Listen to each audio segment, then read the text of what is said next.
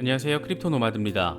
비트코인이 짧은 시간, 일정 범위 안에서 큰 폭의 널뛰기를 보여주면서 나름의 방어력과 반등세를 동시에 확인시켜주고 있습니다.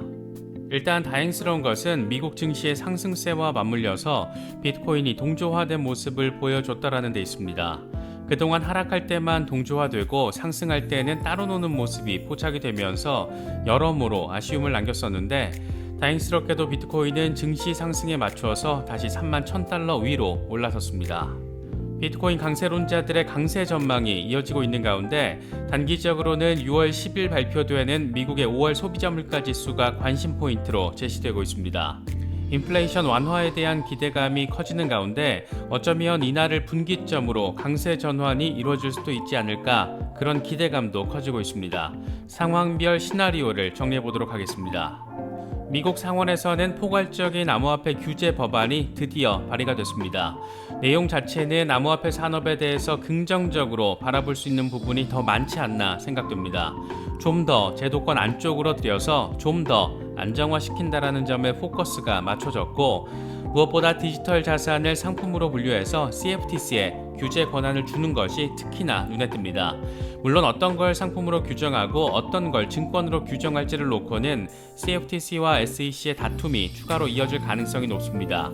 이번 법안은 올해 미국 중간선거가 있는 만큼 속도전 양상으로 통과될 가능성이 그리 높지는 않은 상황인데, 그래도 이런 포괄적인 규제안이 처음으로 발의된 것이기도 하고, 그동안 암호화폐 시장을 향해서 주로 멍때리기 내지는 SEC 주도의 뻘짓으로 상징이 됐던 미국에서 나름의 의미 부여가 충분히 가능한 부분들이 존재합니다. 리플 SEC 소송과 관련해서는 과연 이더리움을 증권이 아니라고 밝혔던 윌리엄 힌먼의 스피치 초안이 SEC의 기밀에 해당하는 것이고, 그래서 공개할 수 없는 것인가, 이 부분에 대한 법원의 청문회가 마무리가 됐습니다. 진행된 내용들을 보면 역시나 SEC는 기존의 입장을 반복했다라는 점을 확인할 수가 있는데, SEC의 방어 논리가 참 재미있습니다. 힌먼이 자신의 개인적인 의견이라고 밝혔든 그게 아니든 그것과 상관없이 어쨌든 SEC 변호사의 법률 조언을 받은 것이기 때문에 기밀에 해당한다라는 겁니다. 이런 신박한 논리를 구축하고 있는 것을 보면 암호화폐 규제권을 SEC가 제대로 갖기는 쉽지 않겠다, 이런 생각이 강하게 드는 것 같습니다. 단타 매매를 하시는 경우가 아니라면 비트코인이 지속적으로 널뛰기 모습을 보여주고 있는 것에 너무 마음의 무게중심을 둘 필요는 없지 않을까, 그런 생각이 강하게 드는 요즘입니다. 투자 시장에서 투자 종목의 시세가 오르면 당연히 반갑고 기쁜 일이지만 지금의 횡보 추세는 조금 더 이어질 가능성도 높기 때문에 너무 분봉 차트 바라보며 마음을 쓰다 보면 쉽게 지칠 수도 있고, 그나마 잘 간수했던 멘탈도 흔들릴 수 있지 않을까 생각되기도 합니다. 여러 소식들 잘 참고하시면서 전략적인 대응하실 수 있으면 좋겠습니다. 본격적인 시작에 앞서서 좋아요와 구독, 또 알림 설정 꼭 부탁드리겠습니다. 영상 제작에 아주 큰 도움 된다는 말씀 함께 드립니다. 그럼 시작하겠습니다. 비트코인은 다행스럽게도 곧장 31,000달러 위로 다시 회복하는 모습을 확인했습니다. 이게 아주 긍정적이지만은 않은 것이, 이런 횡보 장세가 지금 거의 한 달 동안 이어지고 있기 때문인데, 앞으로 좀 더 빠지고 좀 더 오르고 이런 모습이 추가로 진행될 수도 있다라는 점 참고하시면서 대응하실 필요가 있지 않을까, 그런 생각이 드는 장세입니다. 공포 탐욕 지수는 하루 전보다 2포인트 오른 17을 기록하면서 극단적인 공포 단계가 이어지고 있습니다. 조금 나아지긴 했지만 여전히 크게 위축된 투자 심리 상태를 확인할 수 있습니다. 비트코인 도미넌스는 47% 후반에 자리하면서 지난해 8월 이후 최고 수준의 시장 지배력을 확인해주고 있습니다. 현재 비트코인의 흐름과 관련해서 코인데스크는 비트코인이 3만 달러 주변에서 고르지 못한 흐름을 보이고 있지만 25,000달러에서 27,000달러 위에서 지지를 받을 수 있다. 가격 반등은 단기적이어서 구매력 상실을 보여주는 것이다, 이렇게 진단했습니다. 그러면서 비트코인 단기 지표가 중립적이기 때문에 고르지 못한 범위에서 머물고 있다. 일간 RSI가 중립선 아래로 내려갔고, 이건 최근 3만 달러 위로 반등한 뒤에 약한 모멘텀을 보여주는 것이다. 주간 RSI는 2020년 3월 이후에 가장 과매도된 상태다. 가격 하락 추세 범위 안에서 몇 주 동안 과매도 상태를 유지할 수 있는데, 이건 50일 이동평균이 자리한 33,371달러에서 즉각적인 저항으로 상승이 제한될 수 있다는 것을 의미한다, 이렇게 분석했습니다. 분석가들의 전망은 조금 엇갈리는 모습 확인되고 있습니다.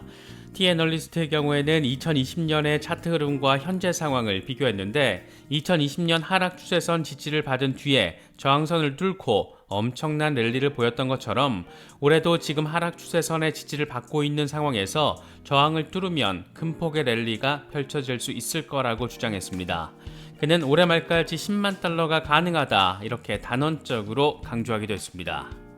익명의 분석가 스탁머니 리잘드의 경우에는 주간 RSI가 2018년 이후에 36 아래에서 자리하고 있을 때는 늘상 그 뒤에 아주 좋은 매수 기회를 의미했다라고 밝히면서 머지않아 강세 반전이 이뤄질 수 있다라는 점을 설명했습니다. 함께 공유한 차트를 보면 2019년도에도 주간 RSI가 36 미만을 찍은 뒤에 랠리가 펼쳐졌고 이런 상황은 2020년에서도 마찬가지였습니다. 올해도 그때와 비슷한 주간 RSI 상황이 펼쳐지고 있기 때문에 곧 랠리가 펼쳐질 수 있다. 지금 이런 얘기를 하고 있는 겁니다. 물론 아직 안심해서도 안 되고 추가 폭락 가능성이 있다라는 분석들도 여전합니다. 분석가 크립토 카포의 경우에는 비트코인이 6월로 접어들면서 이미 32,000달러 주변에서 잇따라 얻어맞았기 때문에 재분배가 이루어진 뒤에 하단 지지라인을 뚫고 추락할 가능성을 언급했습니다. 최악의 상황에서는 21,000달러에서 23,000달러까지도 다시 후퇴할 수 있다는 점을 설명했습니다. 또 다른 분석가인 렉트 캐피탈의 경우에는 여전히 200주 지수 이동 평균에 주목할 필요가 있다는 점을 강조하고 있습니다. 그는 비트코인이 50주 지수 이동 평균을 돌파할 때 상승세를 확인하는 경향이 있고 반면 200주 지수 이동 평균에 도달해서 하향 이탈을 할 경우에 기회를 확인하는 경향이 있다. 이렇게 설명을 했습니다. 함께 공유한 차트를 보면 파란색이 50주 지수 이동 평균인데 현재 4만 달러 부근에 자리를 하고 있습니다. 여기를 돌파해야 상승세를 확인할 수 있다는 것이고 반면 29,000달러 부근에 자리한 50주 지수 이동 평균이 깨질 경우에는 나름의 매수 타이밍이 될 수 있다는 점을 설명하고 있습니다. 지금 딱 이 사이에 지금 껴있는 만큼 아직 온전한 반등으로 볼 수도 없다는 점을 강조하고 있는 것으로 바라볼 수 있습니다. 암호화폐 분석가 플랜C의 경우에는 10일에 발표되는 미국의 5월 소비자 물가지수 CPI의 상황별 시나리오를 정리했습니다. 현재 전달과 동일한 8.3% 상승이 예측된 그런 상황인데 플랜C는 8.3%보다 높게 나오면 시장은 덤프, 약세를 보일 거고 8.3%로 나오면 시장은 약간의 상승 또는 약간의 하락 8.3% 이하로 나올 경우에는 단기적으로 강력한 펌핑, 이를 통한 강세 이렇게 깔끔하게 정리를 했습니다. 한국 시간으로 6월 10일 밤 9시 반에 발표되는 만큼 이때 아래로든 위로든 단기적 변동성 발생할 수 있다는 점 참고하시면 좋겠습니다. 최근 인플레이션 선행 지표들 가운데 일부가 인플레이션이 이미 정점을 찍을 수도 있다 이런 점을 보여주는 수치가 발표됐던 만큼 어쩌면 단기적으로 강세를 보일 수도 있지 않을까 소비자 물가지수가 개선됐을 가능성도 있지 않을까 그런 기대감도 갖게 되는 상황입니다. 미국 상원에서는 드디어 포괄적인 암호화폐 규제 법안이 발의가 됐습니다. 가장 눈에 띄는 부분은 디지털 자산을 상품으로 분류해서 SEC가 아닌 CFTC에 규제 권한을 부여하는 부분입니다. 이건 그동안 암호화폐 업계가 지속적으로 요구해왔던 부분이고 엄청난 의회 로비 자금을 쓴 목적이기도 했습니다. 시장 안정성과 투자자 보호를 위해서 나름의 장치를 구체화해 놓은 것도 눈에 띕니다. 먼저 최근 테라 사태 같은 이상한 상황을 사전에 방지하기 위해서 스테이블 코인 발행사들은 코인 가치의 100%에 해당하는 준비금을 보유하도록 했고 그 내역을 공시하도록 의무를 지었습니다. 이건 진짜 잘하는 것 같습니다. 또 정부의 감시기구가 은퇴 계좌에 디지털 자산을 포함시켰을 때 어떤 기회와 위험이 발생하는지 연구를 해야 하고 암호화폐 채굴 등 디지털 자산 시장의 에너지 소비를 분석해서 보고서를 작성하도록 했습니다. 나름 산업 전반에 자리한 기대와 우려 포인트들에 대해서 제대로 연구 또 데이터를 확보해서 축적한 뒤에 적용하자 이런 취지가 깔려 있는 것으로도 바라볼 수가 있습니다. 이번 법안이 통과될 경우에 그동안 대부분의 토큰이 증권일 수 있다고 헛소리를 했던 SEC의 주장은 대부분 헛소리로 입증이 됩니다. 대부분을 상품으로 보고 그 가운데 소수를 증권으로 정리하는 방식으로 이들의 밥그릇 싸움의 교통정리가 이루어질 가능성이 매우 높기 때문입니다. 물론 올해 중간선거가 자리하고 있어서 법안이 곧장 통과될 가능성은 크지 않은 것으로 전망되고 있는데 이와 관련해서 블룸버그는 내년부터 본격 협상을 위한 출발점이 될 수 있다, 이렇게 의미를 부여했습니다. 다른 건 몰라도 SEC 혼자 난잡하게 시장을 흔드는 꼴을 더는 보지 않을 수 있다라는 기대감이 일단 반갑게 느껴지고, 미국 의회에서 더 이상 멍 때리지 않고 그냥 앉아있으면 안 된다라는 점을 깨닫는 인사들, 의원들이 하나둘 늘어가고 있다라는 점 역시 반갑게 느껴지는 그런 부분입니다. 이제 그럼 이번 법안 통과를 앞두고 커다란 논쟁거리가 남게 되는데, 바로 리플 SEC 소송입니다. 이번 소송 결과에 따라서 뭘 증권으로 보고 뭘 상품으로 볼지 그 기준점이 마련될 수가 있고, 그만큼 상징성이 큰 판례가 될 수밖에 없기 때문입니다. 이와 관련해서는 이번에 진행된 법원의 컨퍼런스 콜, 우리나라의 상황과 비교하자면 일종의 청문회 같은 게 열린 것이라고 할 수 있는데, 이게 또 아주 재미지게 진행이 됐습니다. 아주 심플하게 단순화시켜서 요약하자면 이렇습니다. SEC는 새로운 것 없이 기존 서면에서 펼쳤던 주장을 반복했다. 이 정도 상황이 공개적으로 확인이 됐습니다.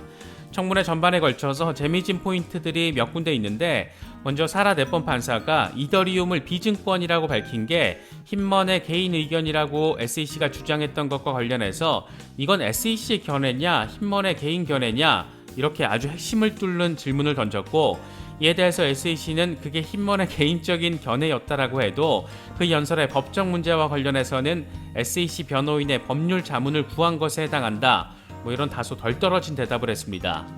개인적인 견해라고 해도 그게 변호인 법률 조언을 받았기 때문에 개인의 견해가 아니라 SEC의 견해라는 겁니다.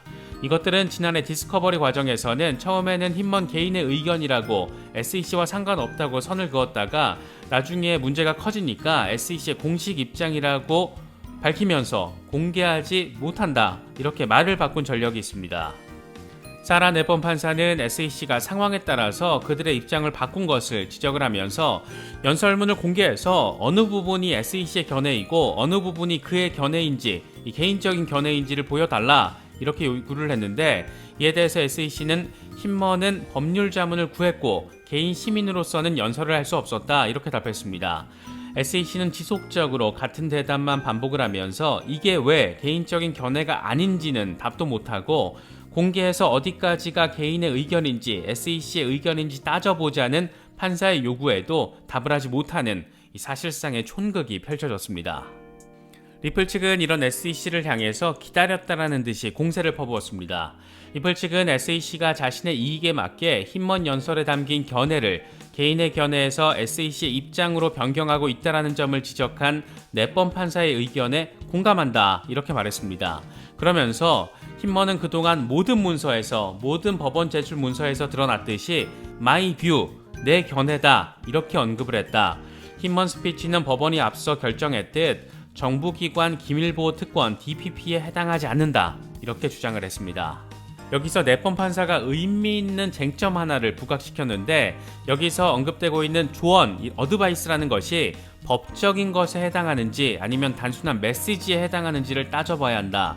만약 법적인 조언이라고 한다면 그건 SEC의 비즈니스, 업무 수행을 위한 것일 수 있기 때문이다, 이렇게 밝히면서 이더리움이 비증권이라는 힘먼의 발언이 법적 조언, 이 리걸 어드바이스에 근거한 건지 확인할 필요가 있다는 점을 설명했습니다.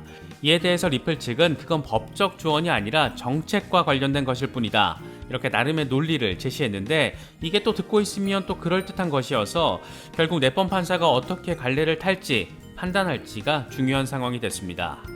재미있는 것은 넷번 판사가 SEC를 향해서 힘먼 스피치가 시장에 가이던스를 제공하기 위한 목적이었냐, 이렇게 질문한 것에 대해서 SEC가 별도의 답변을 하지 못했다는 겁니다. 결국 SEC가 이번에 공개적으로 밝힌 것을 정리를 하자면 힘먼 스피치는 법률 조언을 통한 법적 이슈에 해당하고 이건 정책적이지도 비즈니스, 이 업무에 해당하지도 않는다, 이 정도입니다. 결국 새로운 논리는 없었고 이제 넷번 판사가 이들의 주장을 놓고 어떻게 판단할지가 관건이 됐습니다. 일단 희망을 가져보자면 넷번 판사는 이게 지금 어디까지가 개인 의견이고 어디서부터가 SEC 입장인지를 확인하고 싶다라는 입장을 분명하게 밝힌 만큼 이걸 그냥 비공개로 SEC 기밀로 뭉개서 대충 넘어가지는 않을 거라는 점을 느낄 수가 있는데, 어떤 결론을 법원이 내놓을지 주목되는 그런 상황입니다. 많은 소식들이 쏟아지고 있습니다. 비트코인은 지속적인 횡보를 보이고 있고 단기적인 변수를 비롯해서 장기적인 비전까지 여러 가지 이슈들이 몰아치고 있습니다. 시장이 어수선할 때일수록 전반적인 상황들 큰 틀에서 조망하시면서 시장 바라보실 수 있으면 더 좋을 것 같습니다. 이번에 준비한 영상은 여기까지입니다. 영상이 도움이 되셨다면 좋아요와 구독, 또 알림 설정 꼭 부탁드리겠습니다. 영상 제작에 아주 큰 도움 된다는 말씀 함께 드립니다. 언제나 성토하시기를 기원하겠습니다. 시청해주셔서 감사합니다. 지금까지 크립토 노마드였습니다.